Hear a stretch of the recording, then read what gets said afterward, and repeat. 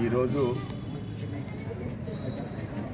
వెంకటేశ్వర ఆలయానికి సంబంధించిన భూమిలో గోశాల నిర్మాణానికి భూమి పూజ చేయడం జరిగింది. గత కొన్ని సంవత్సరాల నుంచి కూడా ఆ భూమి దాతలు కానిది ఎవరు ముందుకు రాలేదు గోశాల నిర్మాణం. ఆ జాగను కూడా ఇంతకుముందు వెంకటేశ్వర స్వామి భక్తులు దర్శనానికి వచ్చినప్పుడు అది పార్కింగ్ లెక్క కూడా వాడుకున్నారు. దాంట్లో కొంత సగభాగం గోశాల నిర్మాణానికి దాతలు ముందుకు రావడం జరిగింది. రారాజు గారు వారితో పాటు నరేష్ ఇద్దరు దాతలు మరి గోశాల నిర్మాణం ఎంత ఖర్చు అయినా మేము భరిస్తామని ముందుకొచ్చి ఈరోజు భూమి పూజ చేయడం జరిగింది. మరి ఇద్దరి దాతలకు మరి వెంకటేశ్వర స్వామి ఆశీస్సులు వారికి వారి కుటుంబ సభ్యులకు ఎల్లప్పుడూ ఉండాలని కోరుకుంటూ, ఇక్కడ ప్రత్యేకత ఏంటంటే వెంకటేశ్వర స్వామి ఆలయాన్ని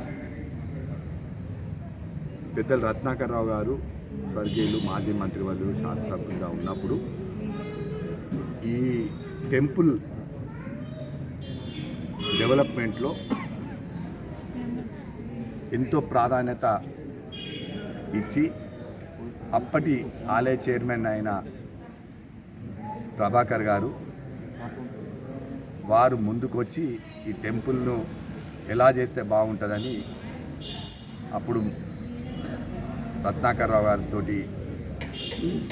మాట్లాడి దీనికి నిధులు తీసుకొచ్చి మరి ఆలయాన్ని కూడా ఎంతో అభివృద్ధి చేయడం జరిగింది. దాని తర్వాత 10 సంవత్సరాలు ఎలాంటి అభివృద్ధి జరగలేదు.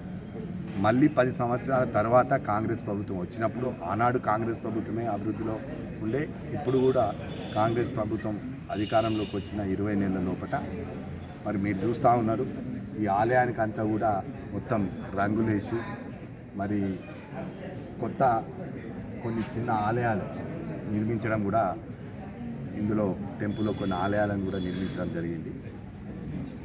ఈ ప్రాంత ప్రజలందరూ కూడా, కురుట్ల ప్రాంత ప్రజలందరూ కూడా ఈ వెంకటేశ్వర స్వామి మీద ఒక నమ్మకంతో ప్రతి పండుగ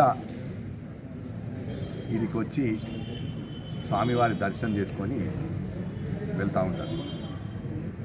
ఇది కొన్ని సంవత్సరాల నుంచి ఆనవాయితీగా వస్తూ ఉన్నది.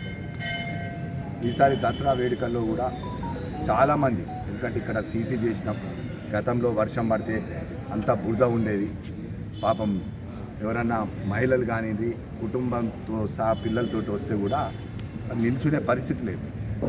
మరి ఇవాళ మొత్తం దీన్ని సీసీ అంతా చేసి చక్కగా ఒక ప్రశాంతమైన వాతావరణం కల్పించే విధంగా దీని పునర్నిర్మాణం కోసం ముందుకు రావడం జరిగింది. అందులో భాగంగానే ఇవాళ మేము ఒక భూమి పూజ చేసి మరి ఇక్కడ ఉన్న ఏదైతే ఆవులు ఉన్నాయో ఆ ఆవులను అక్కడికి షిఫ్ట్ చేస్తే ఇంకా శుభ్రంగా ఉంటుందన్న ఆలోచన కూడా ఉంది.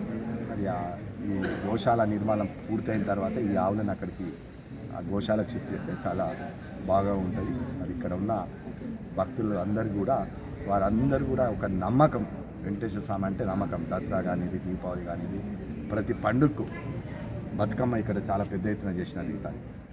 అలాంటి కార్యక్రమాలు ఎన్నో ఈ ఆలయంలో జరుగుతూ ఉన్నాయి. అంటే ఇక్కడ ఉన్న అర్చకులు గత కొన్ని సంవత్సరాల నుంచి ఉన్నారు. తిరుపతిలో ఎట్లా చేస్తారో, ఎలాంటి ఆచరణలు పాటిస్తారో అలాంటి ఆచరణలు కూడా సాధ్యమైనంత వరకు ఈ ఆలయంలో పాటిస్తూ ఉన్నారు. కాబట్టి ఇక్కడికి ఈ ప్రాంత ప్రజలందరూ కూడా వెంకటేశ్వర స్వామి ఆశీస్సులు ఎల్లప్పుడూ ఉండాలని కోరుతున్నారు.